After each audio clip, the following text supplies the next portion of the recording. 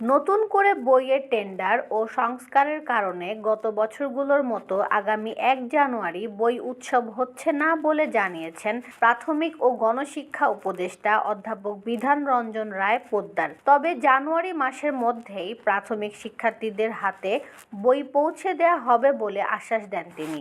৮ December রবিবার খুলনা বিভাগীয় commissioner কার্যালয়ের সম্মেলন কক্ষে বিভাগীয় পর্যায়ের কর্মকর্তাদের সঙ্গে মত বিনিময় সভা শেষে সাংবাদিকদের এক প্রশ্নের জবাবে তিনি এ তথ্য জানান। রঞ্জন রায় পোদ্দার বলেন, একটি দেশকে বই ছাপানোর জন্য টেন্ডার দেওয়া হয়েছিল, তবে তা বাতিল করা হয়েছে। নতুন বইয়ে বেশ কিছু সংস্কার ও সংযোজন করা হচ্ছে, যে কারণে বই ছাপাতে কিছুটা বিলম্ব হচ্ছে। নতুন বইয়ে গণ অভ্যুত্থানের নানা চিত্র তুলে ধরা হবে। প্রাথমিক ও শিক্ষা উপদেষ্টা বলেন, এছাড়া উপবৃত্তি সহ প্রাথমিক শিক্ষার অন্য সমস্যাগুলো পর্যায়ক্রমে সমাধান করা হবে।